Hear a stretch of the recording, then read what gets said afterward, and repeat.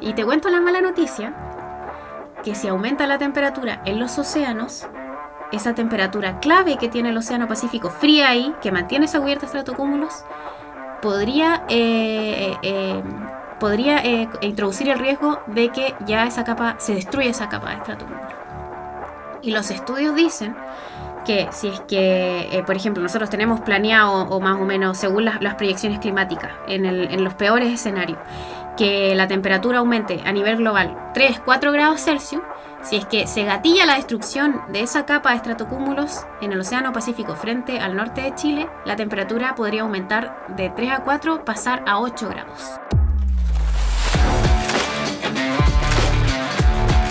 Notables Podcast es un programa de divulgación científico-tecnológica que busca acercar al público general la visión, intereses y experiencias de personas dedicadas a su investigación, enseñanza y divulgación. Encuéntranos como @NotablesPodcast en las diferentes redes sociales. Conduce Claudio Muñoz Herrera.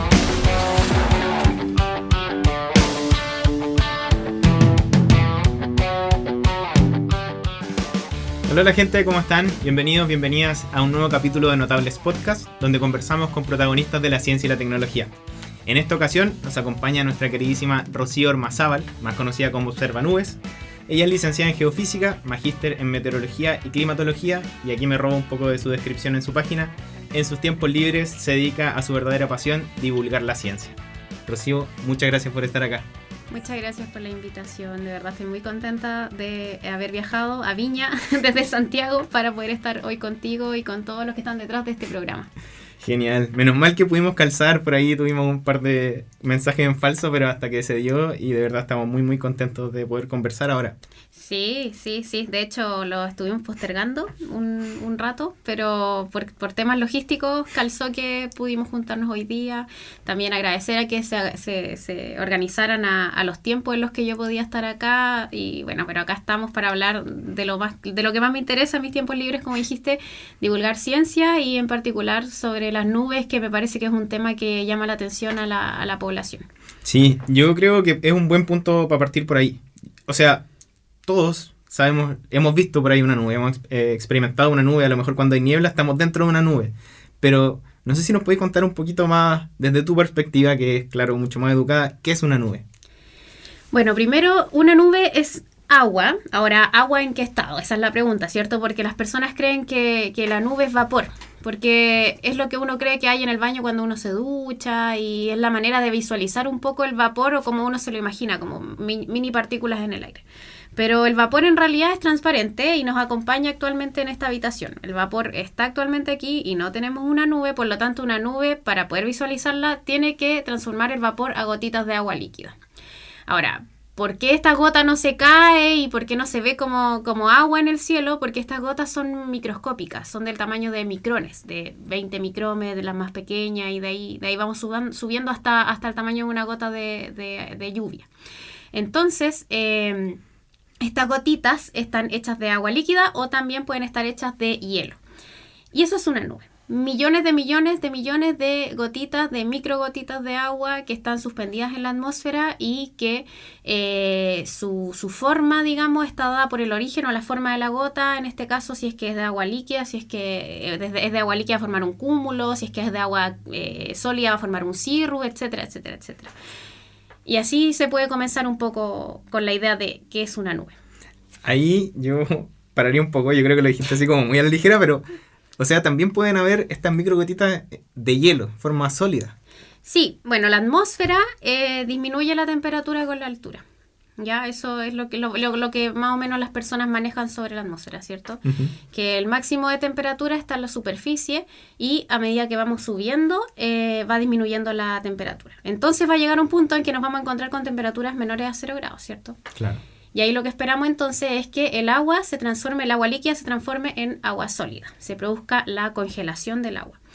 Y a pesar de que te lo explique así de simple, no es tan así. El proceso es más complicado aún. De hecho, para que se forme un cristal de hielo, tienen que haber temperaturas cercanas a menos 40 grados Celsius. porque la termodinámica es muy loca. No le gusta hacer las transformaciones tan fácilmente.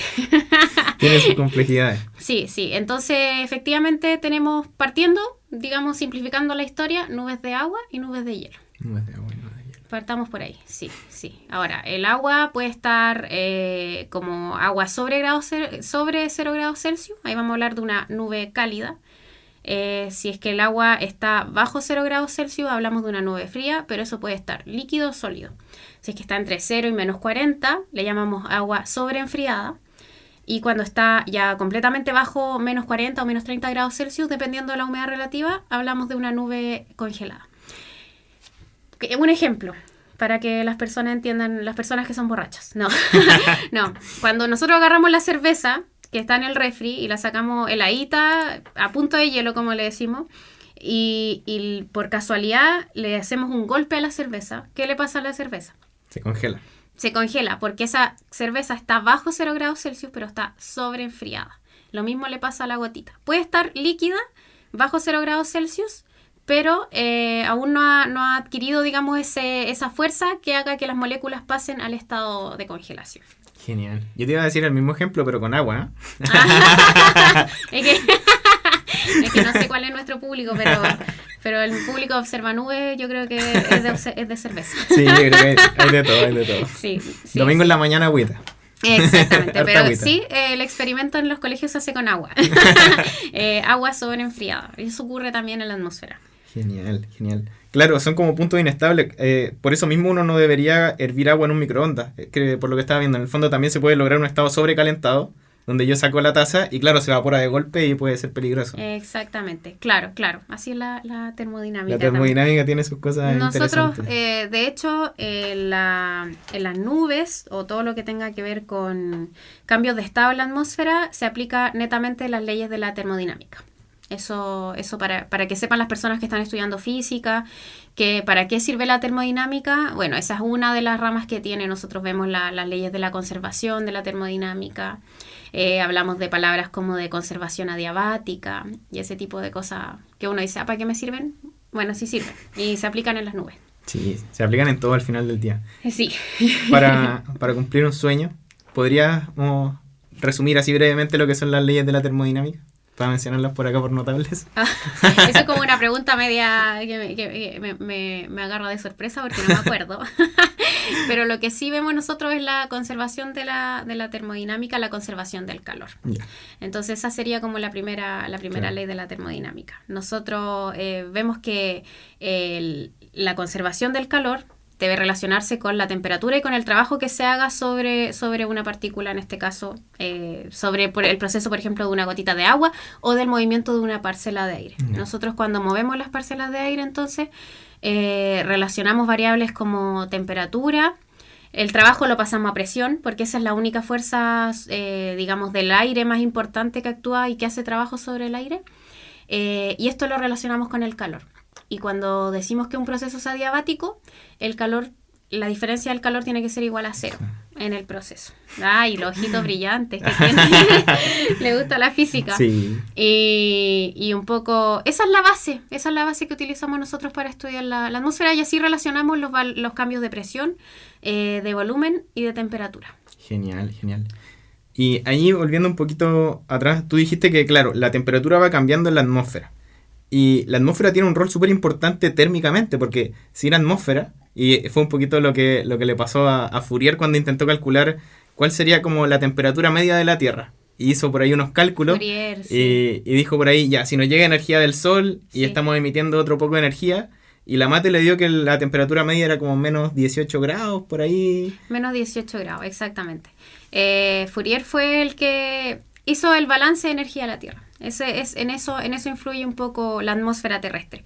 Es el tercer elemento que hace que precisamente la vida pueda existir en la Tierra. Sin la atmósfera, y por eso no nos podemos ir a vivir a otros planetas, la gente dice, oye, pero si está lleno de tierra, ¿puedo plantar acá? vamos a tener animales, no es tan simple porque, bueno, además de que nosotros necesitamos oxígeno para respirar, la atmósfera tiene una cantidad de gases que son muy pequeños en comparación a los principales gases que la componen, que se llaman gases de efecto invernadero y que adquieren la radiación terrestre, la absorben y la vuelven a emitir.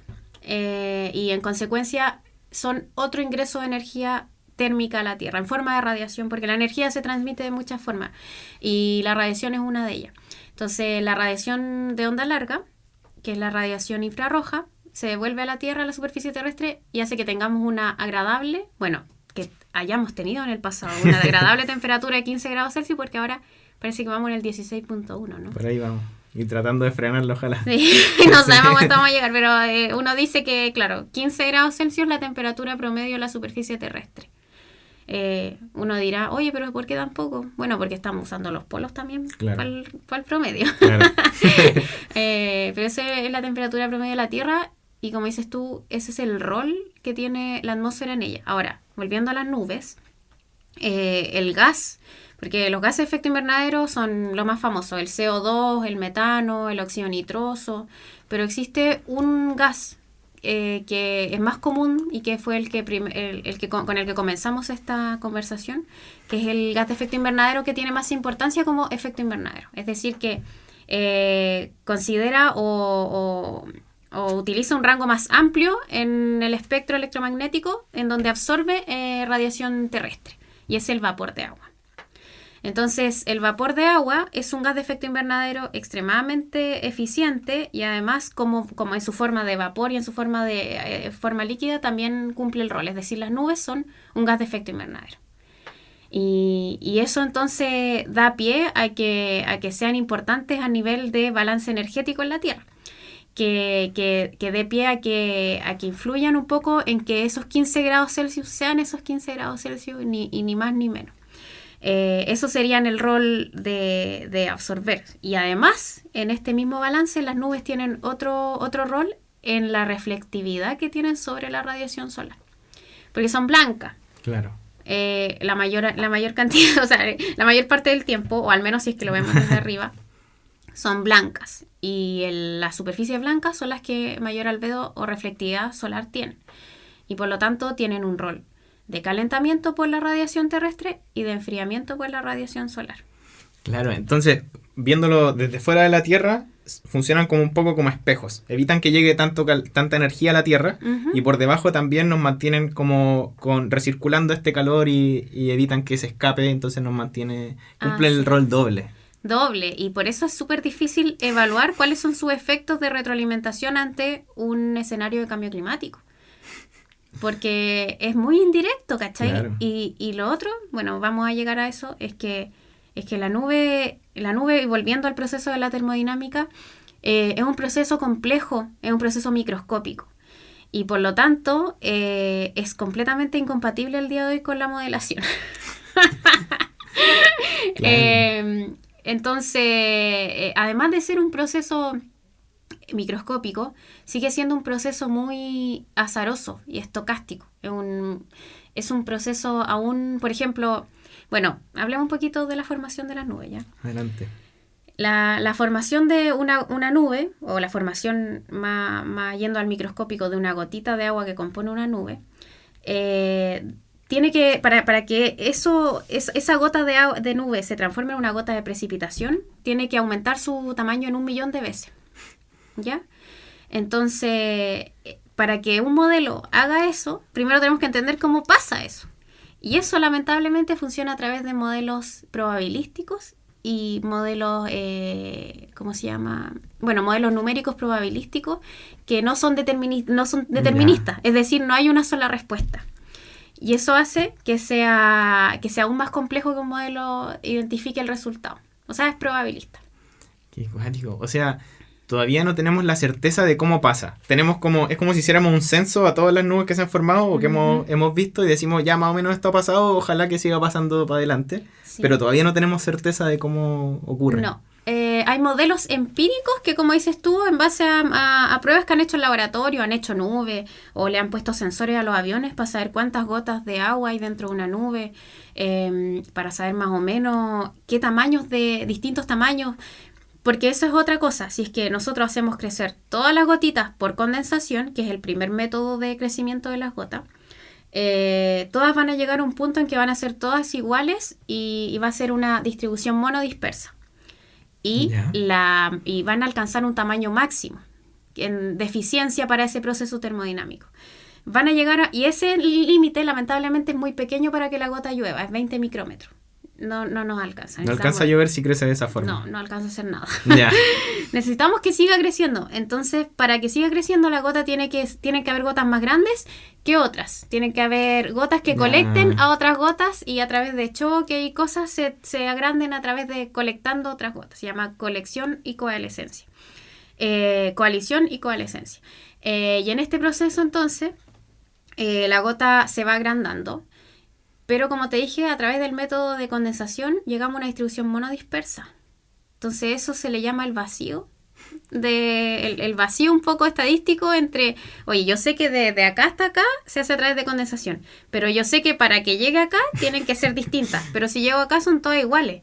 Y ahí es donde se mete la estadística. Y dice, ya, mira, ¿sabéis qué?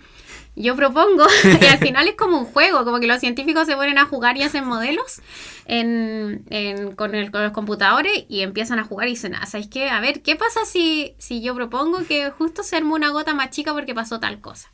Y ahí se genera la cadena.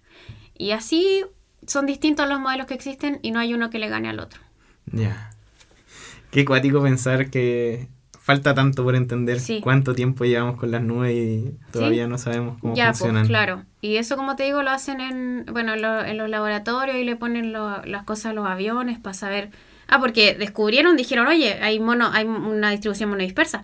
Pero cuando el avión pasó por ahí habían gotas de todos los tamaños. O sea, no.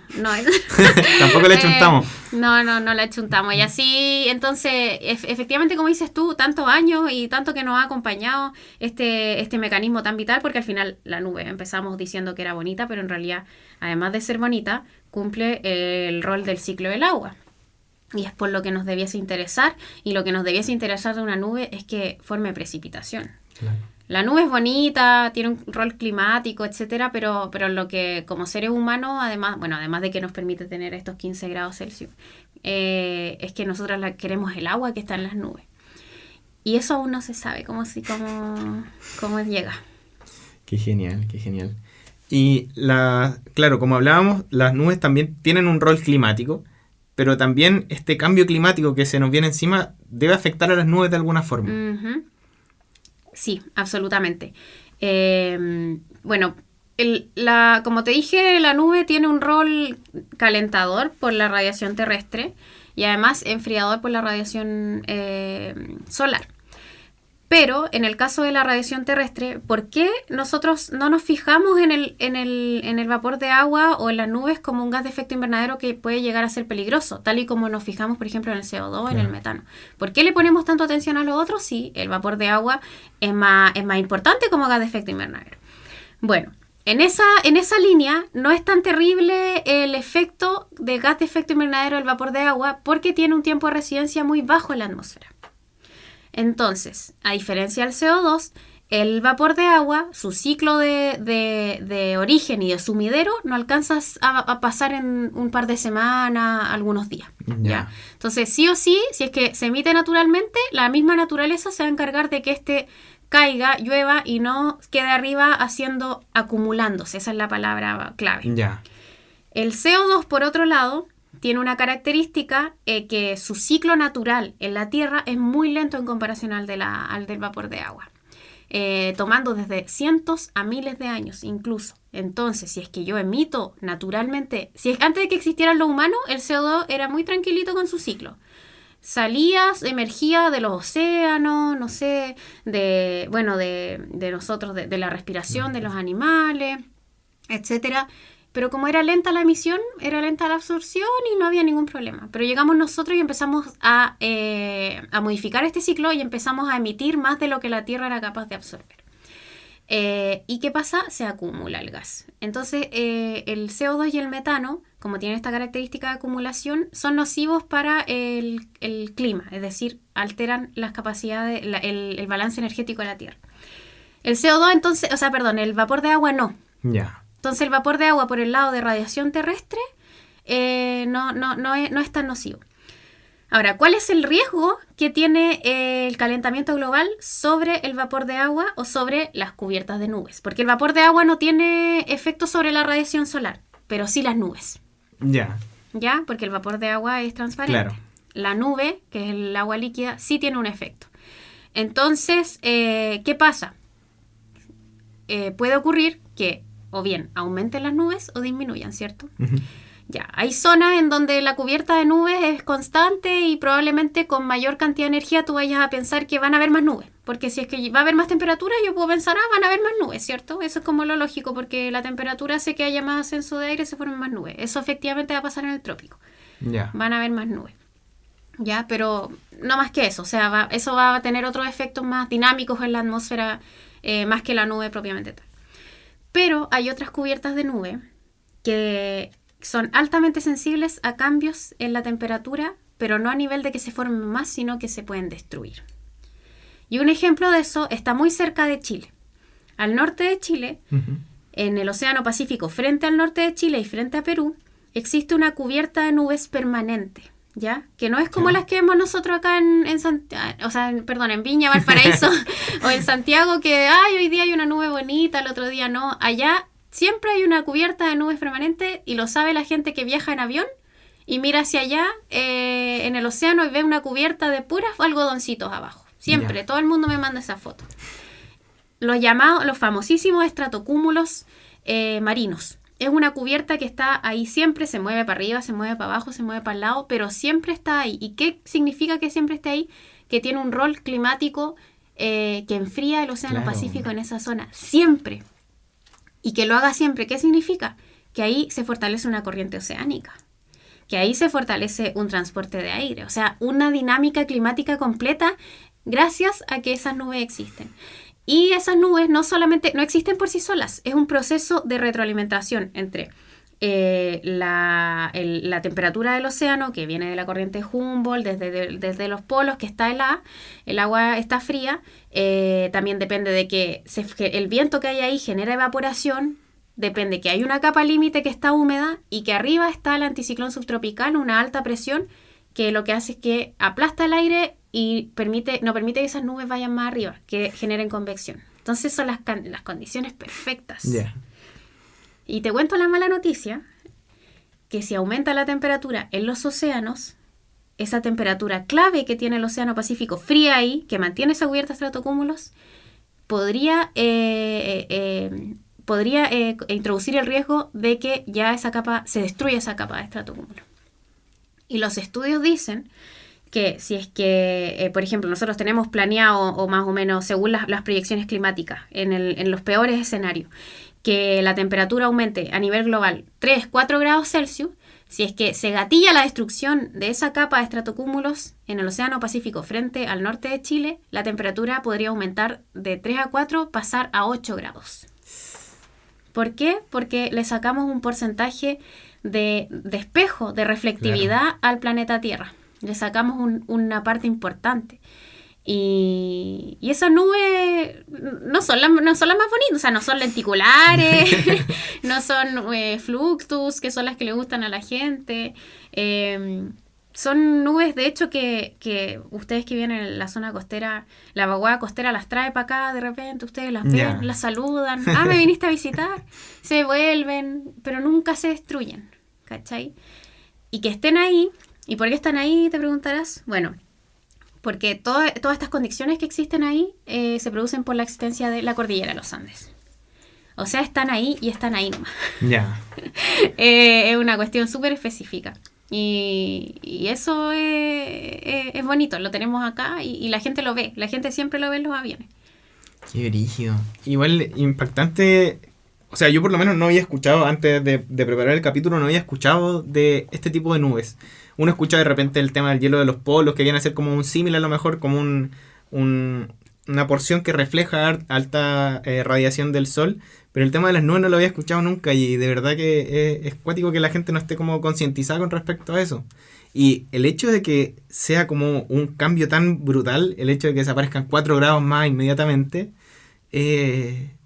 no sé, como da miedo, sí. Bueno, y así, esos son los mecanismos de retroalimentación que son peligrosos para el cambio climático, porque uno dice, calentamiento global, bueno, 36 grados, 40 grados, igual me puedo acostumbrar. No sé, la gente piensa, si es que lo pensamos solamente que fuera temperatura. Claro. Pero lamentablemente la relación de CO2 con cambios en el clima no es lineal, porque son demasiadas las repercusiones que pueden ocurrir en el sistema climático, como dices tú, la del hielo, un millón de retroalimentaciones que gatillan cambios que son más rápidos, es decir, cambian la sensibilidad climática respecto a lo que nosotros sabíamos. Y bueno, y un ejemplo de todo esto que estamos hablando es...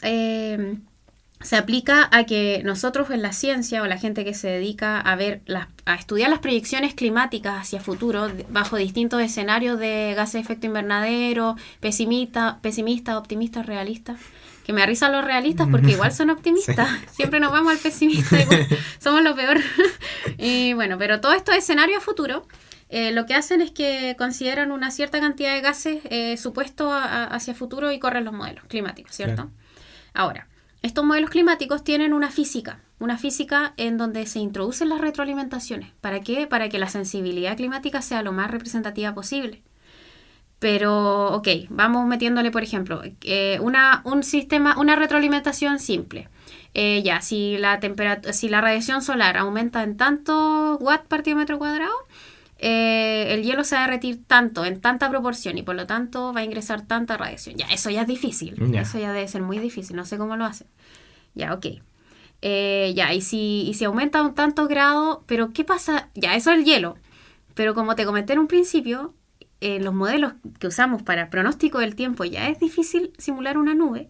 Imagínate en los climáticos. Sí, que traten de ver qué va a pasar si es que aumenta 1 grado Celsius con la capa de estratocúmulos del norte de Chile, sabiendo que los procesos de microfísica aún no están del todo entendidos.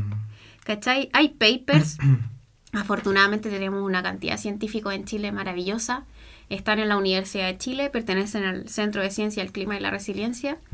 Si es que alguien quiere investigar más, ellos han estudiado esta capa y también a nivel internacional, y los papers y las personas que hacen los modelos han tomado eso, pero es muy reciente todo, entonces recién en los últimos IPCC un poco que se ha ido mejorando la cosa de las nubes, pero la nube, todo lo que sabemos, las proyecciones que pueden ser pesimistas, a lo que voy es que tienen mucha incertidumbre por las nubes, porque no sabemos qué va a pasar con ellas, ¿cachai? Las nubes son la piedra del zapato para los científicos cuando hablamos de clima. Sí, es que, claro, como decís tú, pensar en algo que tiene a lo mejor un micrómetro, estamos hablando como de la sección transversal de un pelo, un cabello. Entonces pensar que hay que modelar algo desde esa escala a varios kilómetros, que es una nube, toda la física que hay metida ahí debe ser de verdad muy, muy difícil. Y después pasar a que hay que acoplar eso a un modelo donde tomamos toda la Tierra y queremos saber la temperatura con una resolución de 1 grado. De un grado. De un grado. De 1 grado. Y adentro del grado, ¿cuántas nubes tenías? Sí. O sea, exactamente. Para la gente 1 grado más o menos son 110 kilómetros. Entonces se resuelve el modelo y 1 grado es súper optimista. Los modelos climáticos, bueno, ahora están haciendo el esfuerzo. En la última, digamos, versión de los modelos, aumentó su resolución aproximadamente 1 grado 1,5. Yeah. CMIP6. Esos son los que se utilizaron en el último IPCC. Pero la versión anterior, el informe del IPCC del 2015, el de París, ellos utilizaron CMIP5. Y en ese tiempo, 2015, ¿cuántos? 7 años atrás, los modelos tenían 2,5 grados de resolución en promedio. Eso. O sea, uno piensa que está así como en lo máximo pero no, todavía nos falta mucho y en general, imagínate, por 250 kilómetros y justo allá adentro está la capa de estratocúmulo adentro, o sea, el modelo o la resolvió o no la resolvió, claro. Así de simple. Pudo haberla resuelto, pero ¿cómo? Como un punto. Sí, ¿tú cachai? Si la modelación es un tema. Y Y claro, efectivamente ahí lo que hacemos es que no es un modelo climático. Se utilizan CMIP5 y CMIP6, significan Couplet, Model. Bueno, Couplet Model porque, eso te iba a decir, tú dijiste como ya, tengo arriba la microfísica, la nube, la atmósfera, pero ¿qué es la atmósfera sin el océano? Nada. Claro. Entonces se llaman Couplet Models porque tienen que ser modelos atmósfera-océano. Y cada vez le meten más cuestiones acoplados, o sea que todo moviéndose al mismo tiempo y mezclándose el uno con el otro, ¿cómo se llama? Para que se represente lo mejor posible el clima. Entonces ya no son modelos atmosféricos, son Couplet Model. Entonces Couplet Modeling CMIP Intercomparison Project, o sea, son proyectos globales en donde participan por lo menos 20 centros de investigación de todos los países del mundo. Japón, Canadá, Inglaterra, Francia, menos Chile porque nosotros no tenemos un modelo. Creo que no hay un modelo de Sudamérica. No hay un modelo de Sudamérica. Estamos al debe. Sí. Bueno, más o menos, y ellos hacen como 50 modelos distintos. Ya. Entonces, de esos 50 modelos se consideran todos distintos porque todos tienen errores y se hace como un ensamble, un promedio de los distintos miembros del ensamble. Y de ahí recién vamos para arriba. Ya. Y en torno a eso, una incertidumbre de todos los errores de todos los posibles modelos. Y así un poco que tratamos de apaciguar el problema de las nubes. Sí, porque uno se imagina, uno se llega a la casa, aprende las noticias y ve el tiempo para mañana. Y la cosa es que ahí ya hay un error en predecir el tiempo para mañana. Uno puede pensar la cantidad de errores que se difunden al futuro. Y en el fondo no es como decir, o sea, oye, no le creáis a las proyecciones que hay al clima, sino que es decir, es un problema difícil, estamos haciendo todo lo que podemos como en la comunidad científica y faltan manos, o sea, es lo que tenemos, hay que seguir avanzando de aquí para adelante. Exactamente, súper bueno el tema. De hecho, en mi tesis del magíster, yo estudié un tema que se llama predictibilidad del clima a escala cercana. Porque hablaste de un tema que se llama de la predictibilidad, ¿ya? Hay predictibilidad a corta escala, que es el pronóstico meteorológico, que es para mañana, y está la predictibilidad de escala centenaria o de proyecciones climáticas. Y ahora te voy a hacer una pregunta. Eso no está preparado. ¿Cuál es la diferencia entre pronóstico y proyección? Voy a decir que pronóstico es a corto plazo, proyección a largo plazo. Ya, sí, exactamente. Esa es una de las respuestas, pero la respuesta principal es que el pronóstico o la predicción meteorológica o climática depende de las condiciones iniciales del modelo. Las proyecciones climáticas absolutamente no dependen nada de la condición inicial de un modelo. ¿Ya? Entonces, ¿por qué? Porque en la atmósfera, en el sistema climático, las condiciones iniciales indican el estado actual de la Tierra, ¿cierto? Y la memoria que tiene el sistema. Claro. ¿Qué es lo que está pasando ahora? Y los ciclos que tiene naturales de la atmósfera. Entonces, por ejemplo, para el pronóstico meteorológico es más importante, son igual de importantes, pero es muy importante la condición inicial. ¿Por qué? Porque las condiciones, o sea, las ecuaciones de la atmósfera, las condiciones de, balance de energía, balance de temperatura, todas las cosas, dependen del estado actual y en base a eso voy a simular cómo va a estar mañana. Y a los 3 días se va a ir todo a la... ¿Ya? ¿Por qué? Porque son ecuaciones no lineales. A los 3 días, no. Ya se va a ir lejos y no funciona el pronóstico. Así es la cosa. Luego, la proyección climática, yo no quiero saber si va a haber niño o niña, las condiciones de hoy día del 2022 al 2100 no le van a interesar. Ya. ¿Qué es lo que le va a interesar? Le va a interesar los forzantes externos, es decir, las condiciones de borde del sistema climático. Solo eso. ¿Ya? ¿Y cuáles son? Hay forzantes externos del clima y, forzantes externos naturales y forzantes externos antropogénicos. Yeah. Los forzantes externos antropogénicos son la composición de la atmósfera modificada por el hombre, y los forzantes externos naturales, ¿cuáles son? El sol, ¿cierto? Claro. Los cambios de órbita, etcétera. Hay otro más importante que es los volcanes. Ya. Que los volcanes enfrían. Sí. Y había otro, pero no me acuerdo. Entonces, eso es lo único que le importa a la proyección. Nada más, ¿cachai? Y sobre eso nosotros vamos haciendo mover las cosas con las retroalimentaciones y qué sé yo.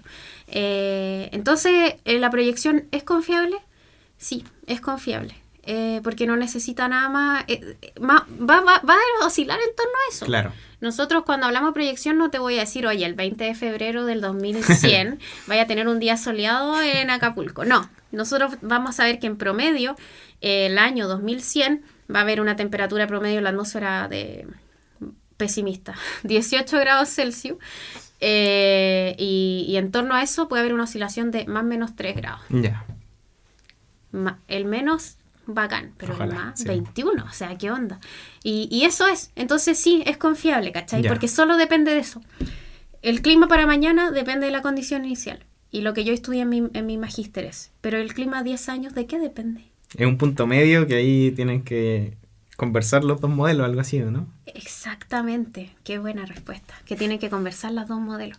Y para eso, estos grupos de modelación internacional, los CIMIP-5 y los CIMIC-6, hicieron modelos para ese periodo de tiempo, que se llaman predicciones decadales. Y lo que hacen es que mezclan, porque ya esa escala de tiempo, ya sí nos empiezan a importar las condiciones iniciales. ¿Y por qué? ¿Por qué nos empiezan a importar? Porque en esa escala de tiempo ya no solamente el clima depende de factores externos del clima, sino que también de oscilaciones climáticas. Ya. Y esas son naturales y son cuestiones que dependen de las condiciones iniciales, particularmente del océano.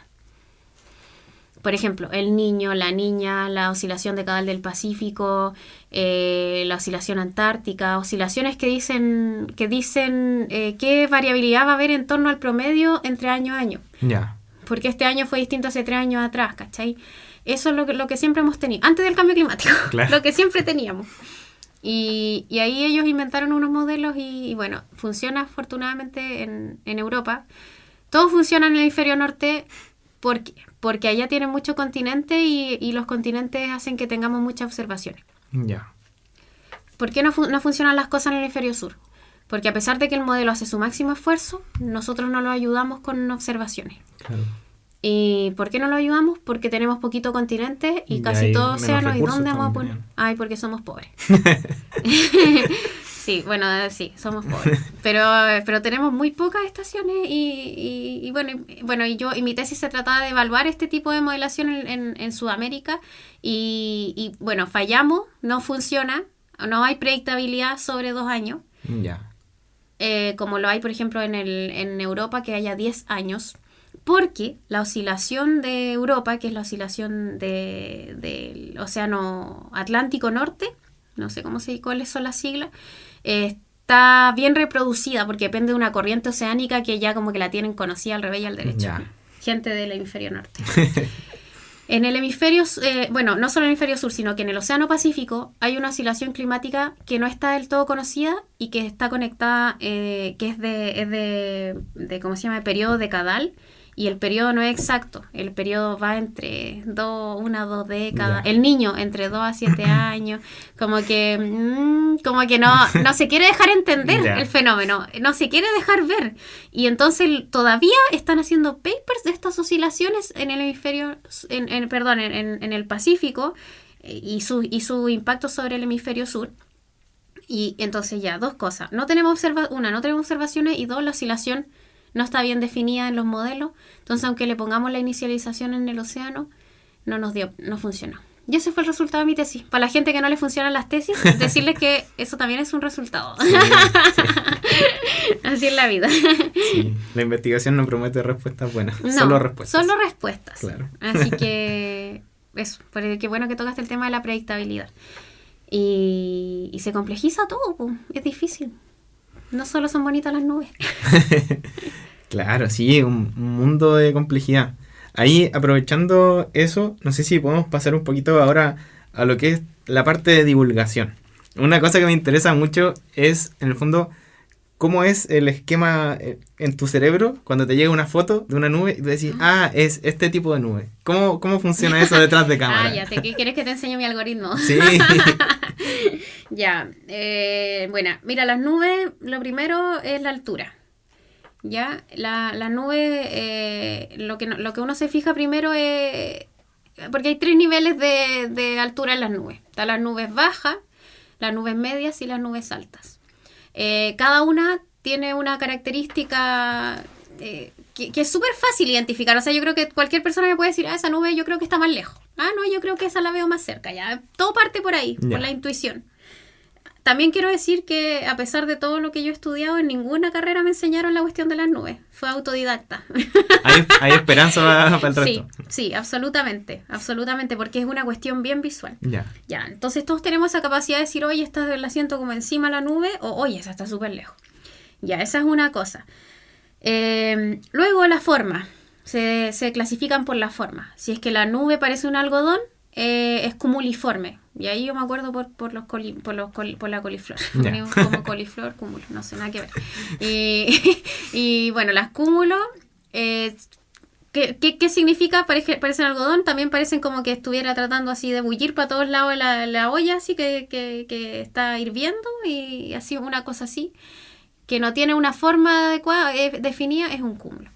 Luego, cuando la nube no tiene bordes, es decir, está gris de para allá y está gris para allá y también está gris para allá, es un estrato. No tiene límite. Puede tener un borde, por ejemplo, no sé, una línea por acá. Igual para allá no tiene nada de borde, entonces es un estrato de aquí para allá. Pero no tiene ni uno. Si es que se le define un bordecito chiquitito, ya empezamos a hablar de cumuliforme. ¿Cachai? Entonces, tiene que ser como una niebla que subió más arriba nomás. Eso abajo. Y cuando hablamos de mezclas, por ejemplo, estrato-cúmulo, son muchos cúmulos chiquititos que están en forma de un estrato, o sea, como una capa. Ya, y eso si lo veo encima es por un estrato-cúmulo. Luego, si veo eso mismo, pero veo las pelotitas más chiquititas y siento que está más arriba, en el caso de la cordillera, de Santiago, nosotros usamos la cordillera. Yo uso mucho la cordillera. Si la nube está sobre la cordillera o toca la punta de la cordillera, la nube está sobre 2 kilómetros de altura, es una nube media. Por lo tanto, ya no es un estratocúmulo, es un alto cúmulo. ¿Ya? Y así luego, si un día está gris, horrible, oye, pero eso no está tan abajo, está arriba de la cordillera, es alto estratos. ¿Cachai? Y así como que va ahí. Y luego nos pasamos a las más fáciles, según yo, que son las que habían ayer, que son las cirrus. ¿Y cómo sabemos que es un cirrus? La cirrus es una nube que siempre es de hielo, o al menos la mayoría de las veces, porque a veces hace virga, puede tener unas cositas raras, pero la cirrus es un filamento fino, pero así precioso, que parece una plumita, un hilo, lo que quieras pensar, una fibra, y esa sí o sí es una nube alta. La cirrus no existe en niveles medios ni bajos. La cirrus sí o sí es una nube alta porque es de hielo. Cirroestrato es un velo de novia que hace un halo solar, ¿ya? A veces lo hacen, a veces no. Para que lo haga tiene que ser el cristal un prisma. No, sí, la cuestión parece magia negra. Y luego viene el cirrocúmulo, que es agua sobreenfriada. Ahora, ¿por qué un cúmulo no puede ser, ¿cómo se llama? Hecho de hielo? Esa es una pregunta que me surge a mí internamente. De repente, ¿cuál es la diferencia entre una nube de hielo y una nube de agua si es que la vemos a simple vista? El hielo y el agua tienen distintos vapor de saturación, como una cuestión termodinámica. Entonces es más fácil que el vapor pase a ser directamente hielo a que pase a ser directamente agua. ¿Ya? Entonces el vapor, cuando pasa así como de a poquito a ser hielo, a ver, lo voy a explicar al revés. Es más fácil evaporar una nube de agua que evaporar una nube de hielo. El hielo como que se resiste más. Y eso hace que las nubes que sean así como poco definidas, así como un cirrus, como una cosa así bien, ¿cómo se llama? Bien delicada, son de hielo. Porque el traspaso termodinámico entre la evaporación al hielo es más sutil. El cúmulo, tú puedes ver perfectamente el borde del cúmulo y diferenciar entre el aire y la nube. Eso es una nube de agua. En una nube de hielo es difícil ver el borde y cuándo termina y cuándo inicia la nube, que es lo que pasa con las cirrus, que son así como finitas, nube de hielo. Y así se va. Vamos a poner las fotos ahí en el video en YouTube para aterrizar un poquito, pero hay una charla también tuya muy buena donde explicas como un poco todo esto. Ahí fue donde yo entendí cómo diferenciar las nubes. Sí, Sí. Bueno, es que con fotos es distinto. Sí. Ahí vamos viendo las fotos y los distintos Sí. como... No, pero súper bueno ir diferenciando por altura y después por la forma. Sí, Claro. altura y forma, y si se mezcla, ahí tratáis de mezclar el nombre. Se mezcla la palabra, ¿no? Claro, y mira, son 10 géneros de nubes. No es tan difícil identificar el género, pero ya los observadores que me siguen, que ya se fueron como al chancho, me hicieron estudiar las variedades de las nubes. Yo al principio no me las sabía y me puse a estudiar las variedades y después ya queda la escoba. Ya. No, ya, y ahora de hecho cada vez que subo una nube ya la gente no me perdona. O sea, me dice, oye, ¿cuál es la variedad? Y yo como, chuta, ya. Antes ponía una sola cosa y ahora no. Pues entonces ahora las nubes tienen apellido, hay... Bueno, están las variedades, los complementos y los suplementos de nube, y ahí uno le va poniendo nombre según sutilezas que se encuentran en las fotografías. Y bueno, hay fotos que la gente me manda que sí digo, sí, eso es una nube no sé cuánto. Pero hay fotos que la verdad me cuesta mucho. O me la juego nomás, pues digo, pucha, creo que esta, pero en realidad la foto no me ayuda. Ya. Claro, al final la nube no sabe del nombre que le ponen. En la nube representa lo que le toca, las condiciones que se formó y claro, puede haber también por ahí una amalgama a veces entre dos. Sí. Y aparte que la gente saca las fotos de repente. Claro. Tampoco son los mejores fotógrafos. O sea, no es de mala onda, pero que... Se ve el dedo ahí. No, o la luz. La luz siempre echa a perder las fotos que ellos quieren sacar. Yo sé que quieren sacar una foto muy bonita, pero el sol como que de repente es como una luz que no me permite ver. Ya. Y la luz es importante para identificar una nube, porque por ejemplo a veces hay una duda entre cirrocúmulo o alto cúmulo, y ahí la diferencia es que el cúmulo da sombra. Si el cúmulo no da nada de sombra es porque es cirrocúmulo, y si da un poquito de sombra, si le veía una parte medio oscurecida, es alto cúmulo. Y la luz es importante, ¿cachai? Es difícil, depende del momento del día. Ya. Si es de amanecer, Claro. de atardecer, es difícil la pega de Sí. responderle a la gente. No es fácil ser observanubes. No es fácil. No es fácil. No es fácil, pero es entretenido. Y ahí ya para ir un poco cerrando, Rocío, no sé, yo encuentro súper bacán, que está por ahí en tus historias destacadas, que al principio la página esta era anónima. Y después tú dijiste, es importante que sobre todo las mujeres que les interesa un poco las carreras como más STEM tengan referentes. ¿Cómo fue ese proceso? Así decidir, oye, yo hice esto privado al principio, pero voy a salir ahora como Rocío. Fue complicado porque, bueno, imagínate, al principio, ¿cuántos? 100 seguidores. Era como, imagínate que ahí me costaba. Y eran 100 seguidores. Y eran todos mis amigos. Después empezó a llegar gente.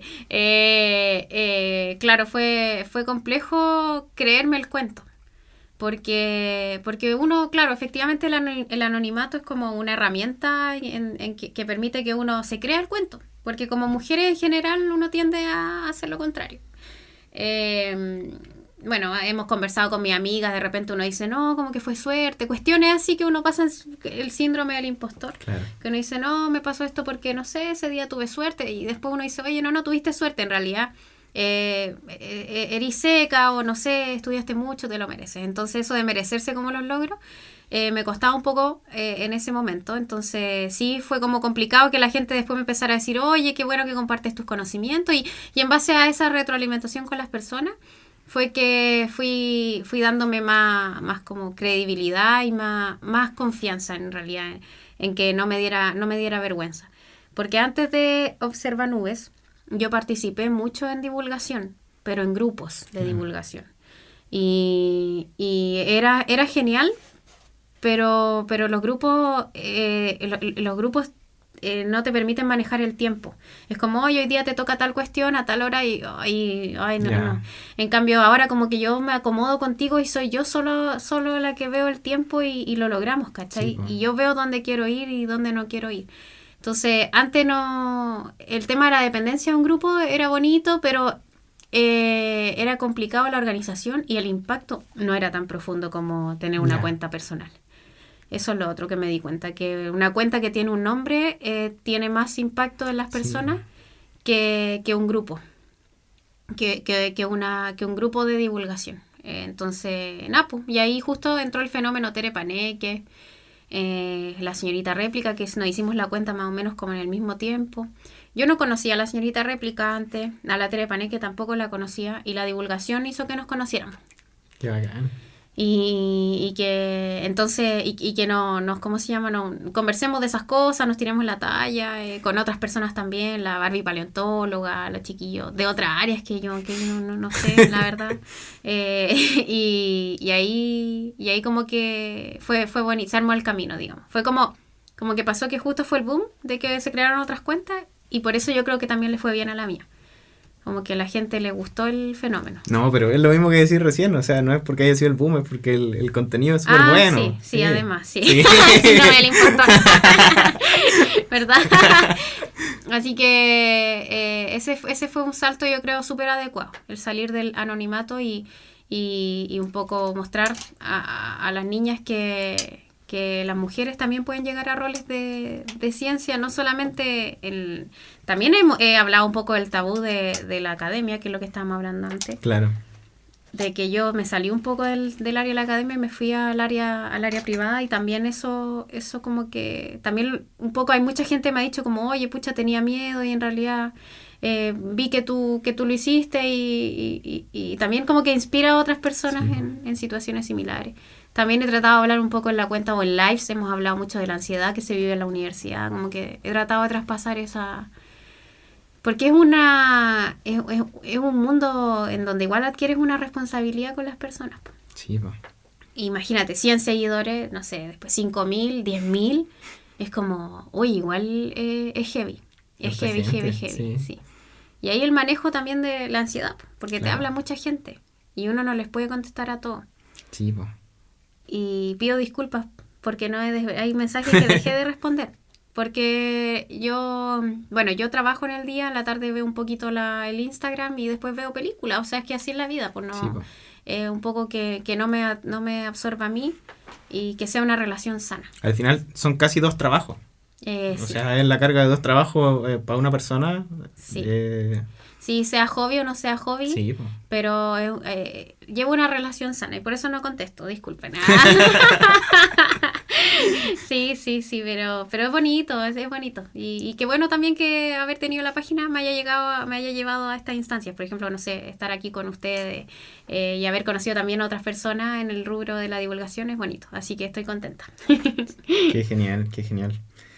Y ahora yo creo que ha estado súper buena la conversa, pero tenemos que pasar a las preguntas que son como clásicas del cierre. Y primero te quiero pedir una recomendación de un libro o película. De película hay una que me da mucha risa, que salió hace poco, es una argentina, no me acuerdo cómo se llama, Granizo parece, es una argentina, ¿la viste? Me la recomendaron también. Es muy chistosa, bueno, para que entiendan un poco el mundo de los meteorólogos, de verdad, porque ahora yo que estudié, el último año estudié meteorología, de hecho ahora estos días estoy haciendo pronóstico, es chistoso porque igual la gente como que siempre tira broma y para que vean todo lo que les expliqué ahora antes, cómo es hacer un pronóstico igual es difícil. No es como de achuntarlo o no achuntarle. Bueno, esa película juega con eso y es divertida. Y de libros, bueno, recomendaría 2 libros a las personas, porque yo sé que tengo seguidores que quieren profundizar más allá en lo técnico de la atmósfera, no solamente de las nubes. Y hay un libro que se llama Global Physical Climatology de Hartmann, que es un libro el libro con el que yo empecé a estudiar meteorología y climatología. Y bueno, es de climatología en realidad, no es de meteorología. Hacen ahí la distinción. La diferencia, hablamos corto plazo, largo plazo, ¿cierto? Exactamente, sí. La climatología es un comportamiento promedio de la atmósfera en todo el mundo. Entonces, ese libro habla del balance energético, de los modelos, de todo lo que hablamos hoy día. ¿Ya?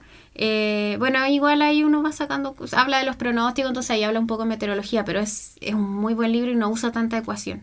Más bien usa fotitos, así que de verdad la gente ñoña que quiera introducirse en el mundo, ese libro es una maravilla. Y a la gente que quiera aprender un poquito más de nubes, hay un libro que se llama La Guía del Observador de Nubes, que lamentablemente no se encuentra mucho en español, pero está The Cloud Spotter Guide, que está la versión en inglés, que es la misma, y esa sí se encuentra la versión como física para comprarla. Yo todavía no he podido piratearla de español, pero de verdad, y yo soy seca para piratear, y no he podido encontrar ese todavía, pero ya va a salir, el de español. Y The Cloud Spotter Guide lo creó no recuerdo el nombre, pero el fundador de la Asociación Mundial de Nubes, como la Comunidad Mundial de Nubes, el que empezó todo, digamos. Y él cuenta una historia, un relato como literario, cuenta historias chistosas antes de decir qué nube es. Entonces es un relato bien interesante porque no es un texto científico. Ya. No es un texto científico. Al final, a través del chiste y la broma, te va enseñando qué nube es y, no sé, te dice, oye, ¿viste una pluma en el cielo? Ah, era un cirro. Y ahí como que te explica un poco los cirros y te muestra la foto. Entonces, Bueno. es mi ídolo. Me gustaría a mí hacer un libro algún día. Pero ese libro es más para la gente que quiera seguir aprendiendo en el rubro de las nubes. Genial. Y la última recomendación es una página web Ujú. que se llama What is this cloud? Pero Ya. sin el is. What's this cloud? Ya. Is, algo así. Bueno, si no me lo piden por interno. Y Sí, esa es nosotros mi la guía. dejamos en la descripción. Esa es mi guía para saber, para cuando tengo dudas, esa es mi guía de saber qué nube es. Bacán. Esa es mi guía. O sea, yo uso eso y todo el mundo que me dice, oye, ¿qué usas tú? Y les mando la página. No, yo no, como les dije fuera de grabación, yo soy de la mentalidad de que la ciencia y el conocimiento se comparte, así Claro. que no me quedo callada con nada. No, todo lo comparto. Y eso sería más o menos, pum. Bacán, bacán. Y el último punto es si nos puedes dejar con un consejo. Para mí, para ti, para cualquiera que esté escuchando. Oh, ya. Todo lo que entre bajo la categoría de consejo. Ok, esto es no se apresuren. La gente que está en pregrado, de repente uno quiere como hacerlo así todo en el momento y piensa que la vida se lo va a comer, sobre todo cuando uno tiene 20. Yo como ahora tengo 30, siempre hablo así como si fuera vieja. Pero yo, por ejemplo, cuando terminé mi licenciatura en geofísica, como que me quería comer el mundo, así, la ansiedad. La ansiedad era mi mejor amigo en ese tiempo. Y quería hacerlo todo rápido y llegó un punto en que me frustré porque no había terminado nada. Era como, oye, pero la tesis y como que más encima pensando, siempre iba pensando un año en adelante, en vez de pensar en el presente. Yo vivía un año hacia adelante. Y nada, pues, una buena terapia psicológica y entonces de repente, porque eso produce mucha frustración en las personas, cuando uno se echa un ramo, cosas así. Ese es el consejo, no se apresuren y paso a paso, que en realidad uno, por atrasarse medio año o porque algo no salió una vez bien, no quiere decir que no vaya a resultar. Que la vida, de verdad, a los 20 yo era como una persona así que de verdad pensaba en adelante y siento que eso me hizo mucho daño. Así que ese es mi consejo a la gente que está en esa etapa. Sí, relájense, si no pasa nada. Uno lo logra igual. Genial. Y la vida se la arregla para que funcionen las cosas. Pero de repente uno piensa, ay, ¿en qué voy a trabajar? No sé qué. Oye, cálmate. Cuando llegue el momento lo vas a ver. Eso le digo, ahora como que le digo a la gente. Eso. Después, uno va a ver después. ¿Cachai? Genial, genial. Rocío, ¿dónde te podemos encontrar? Mire, hace 2 semanas me hice una página web a la gente que no tiene Instagram. Pero bueno, la base de todo mi trabajo está en el Instagram, @observanubes. Pero la gente que quiere contactarme, no sé, para hacer charlas, bueno, aprovecho de decir que yo estoy abierta a hacer trabajos voluntarios para colegios y cosas así, pero solamente online, porque yo trabajo en el área de las energías renovables y soy muy feliz en ello. Entonces, para los que no tienen Instagram, que me ha pasado, mi página web es observanubes.cl y ahí en realidad lo único que se encuentra no es mucho, es el link a YouTube, a los videos que tengo de las clases por si alguien quiere echarle una miradita. Igual ahí hay una clase de nube, Sí. de la nucleación y todo esto que te digo está ahí, hay una clase entera. Ahí lo estuve mirando. ¿Y cómo se llama? Ese es lo único que tiene la página. Y tiene mi contacto, tiene mi correo igual y mi número. Ya. Así que por ahí, por esas 2 vías. En Instagram a veces no contesto porque como te dije ya, soy mala para contestar mensajes. Sí, pero bueno. Pero está mi teléfono en la página web. Genial. Genial.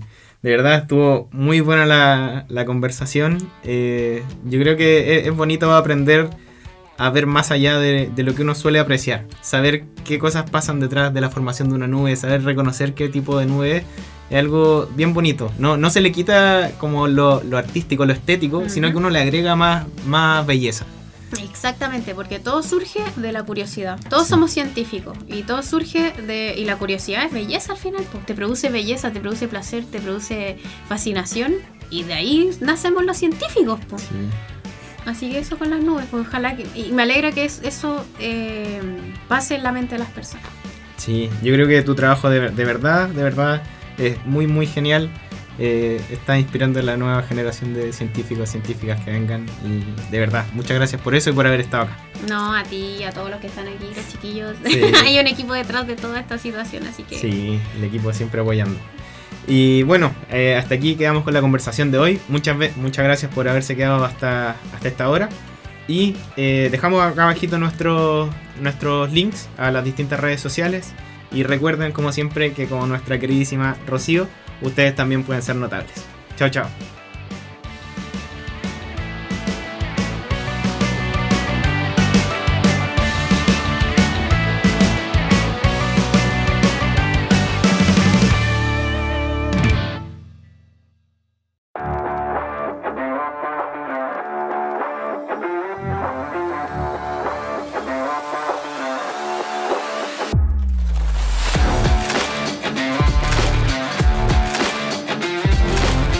Notables Podcast es un programa realizado con el apoyo de la radio de la Universidad Técnica Federico Santa María en conjunto con su Dirección General de Vinculación con el Medio, en el marco de su programa de Responsabilidad Social Universitaria FSM 1995. Gracias por acompañarnos.